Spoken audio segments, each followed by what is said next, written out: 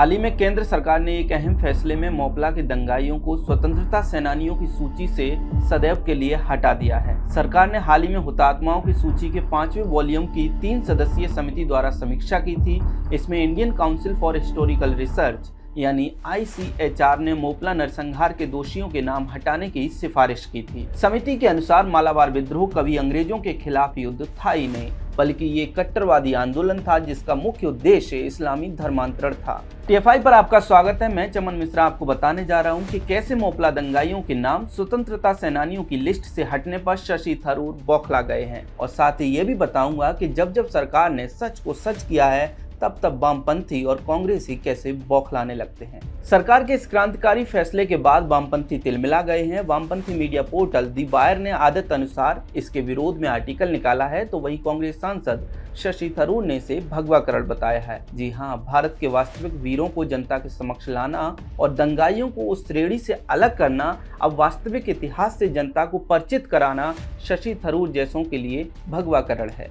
शशि थरूर के ट्वीट के अनुसार इतिहास का ध्रुवीकरण करना एक गलत अभियान है जिसका उपयोग राजनीतिक हित साधने के लिए किया जाता है, परंतु बीते हुए कल को पुनः लिखना ताकि लोगों में धर्मांधता की दीवारें स्थापित की जा सकें अशोभनीय है, विशेषकर उन लोगों में जो युगों युगों से एक साथ रह रहे हैं। ICHR को शर्म आनी चाहिए। इस ट्वीट में शशि थरूर ने दी वायर का लेख भी शेयर किया है। यहाँ शशि थरूर की जलन स्पष्ट दिखाई दे रही है, क्योंकि वे इस बात को अभी भी नहीं पचा पा रहे हैं कि अब मोपला दंगे के हत्यारों का पहले की भांति महिमा मंडन नहीं किया जाएगा।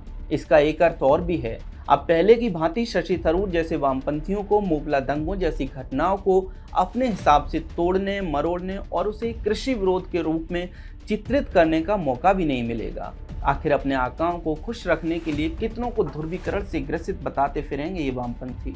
अपनी विचारधारा के पीछे ये लोग इतने अंधे हो चुके हैं कि वो दिन दूर नहीं जब अगर कहीं बारिश होगी तो उसके लिए भी ये लोग बीजेपी और संघ को दोषी ठहरा देंगे। यह प्रथम अवसर नहीं है जब भी सरकार, किसी संस्था या फिर किसी व्यक्ति ने भारतीय इतिहास को सही दिशा देने की कोशिश की है, तब वामपंथियों ने उसे भगवाकरण बताते हुए उसका उपहास उड़ाया और उसे कुचलने का प्रयास किया है। कुछ ही महीने पहले नई शिक्षा नीति के अनुसार UGC ने भारतीय इतिहास के पाठ्यक्रम में व्यापक बदलाव किए हैं, जिसके पीछे वामपंथियों ने बहुत बवाल मचाया।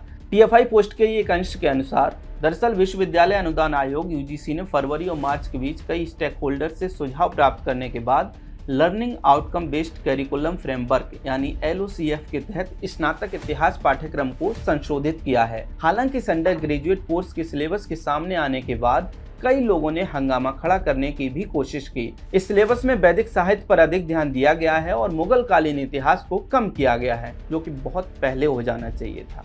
मुगल कालीन इतिहास के बजाय भारतीय साम्राज्य जैसे कि विजयनगर को अधिक महत्व दिया गया है।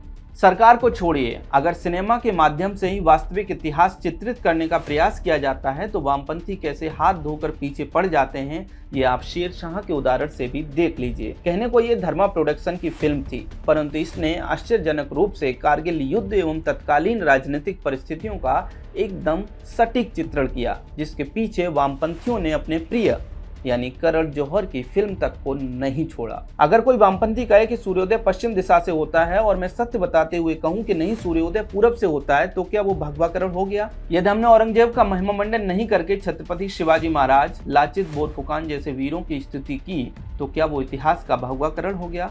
सत्य को स्वीकारना सबके बस की बात नहीं, जो शशि थरूर के कुंठा भरे ट्वीट से स्पष्ट दिखता है।